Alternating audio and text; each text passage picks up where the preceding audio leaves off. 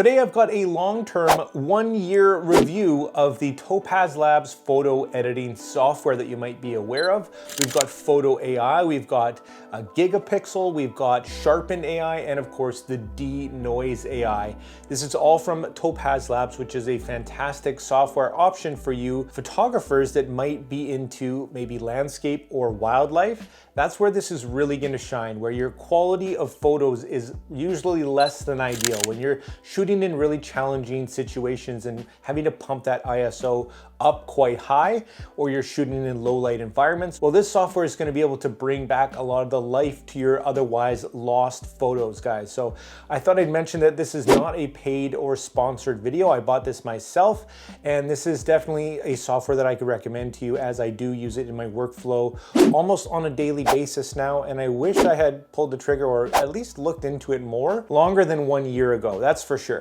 So I thought we'd dive in. I'd show you a few photo examples to show you exactly what this is all about, just the ease of use. You don't have to be a master editor, nor do you have to have the best computer out there. Just know that it's going to be a little bit slower if you're editing on an older laptop or something. So with that said, let's dive in and check out what this is capable of. Okay, so here we are in our Photo AI software. As you can see, it's bare bones basic. All you need to do is drag and drop your photo here, and it's gonna start to do what it thinks is best for your photo. From there, you can take control and edit the strength or different aspects, and I'll show you exactly how easy it is. In this case, I'm just gonna click on one of my older photos here in Recents, but you can just drag one in if you need to. And this is an underwater photo. Of course, the ISO is a little bit higher. We can see some noise and some degradation of quality here. And it's already done the editing. It's that quick. All it's done is scan, and in this case, it's actually removed some noise and it's sharpened the subject. And if we highlight the subject, it's actually gone ahead and picked out the subject there and sharpened it. So if we zoom in here, let's have a look at the before and the after, which we can do with a slider or a button. And as you can see, the before and after from that 1 second photo is pretty darn impressive. There's a lot of the noise in the background here that's gone, and it's sharpened up, and it's maybe improved the contrast a lot on our subject here. So for me, that would have taken quite a bit of time in Photoshop or Lightroom or both, and just gone in and dragged it and dropped it in. That's a huge time saver for me.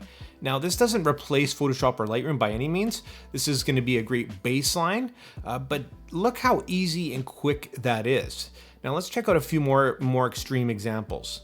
And here's another extreme example. Once again, this is a nature shot that's been taken at extremely high ISO, and this actually has a big crop to it. So here's the original raw file, and all I've done here is cropped it in a little bit and also pumped up the exposure a little bit because it was a bit underexposed. So I did that in Lightroom, then I came in here and dragged and dropped it in. And I want to show you the before and the after. This is just with the noise removal. There's the before and there's the after.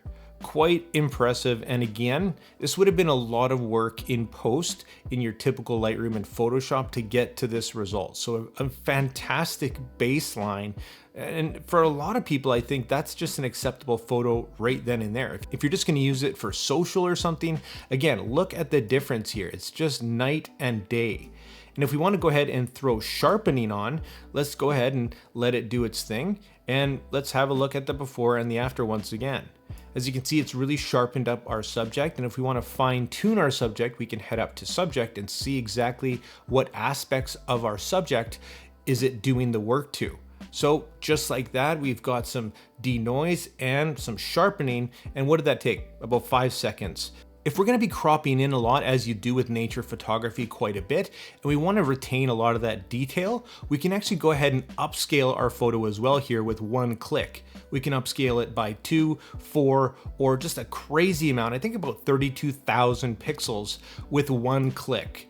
So one click right there, we've got a resolution of 21,000 by just about 12,000, which is pretty darn incredible. So just like that, we've upscaled our photo, we've removed our noise, and we've sharpened our subject.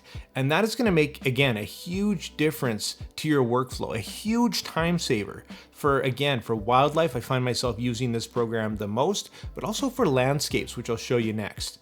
And as promised, here's a landscape photo. As you can see, a lot of noise, probably shot around the 6400 ISO mark. And let's see what it's done here. threw that through, drag and dropped, and look at the difference that it did just by using some strong noise removal. And for me, that might be just a little bit too much. We want to retain a bit more of the stars. So if I take that down a little bit, we don't need any de-blur for me here. Maybe we'll just leave a little bit on to see what that does.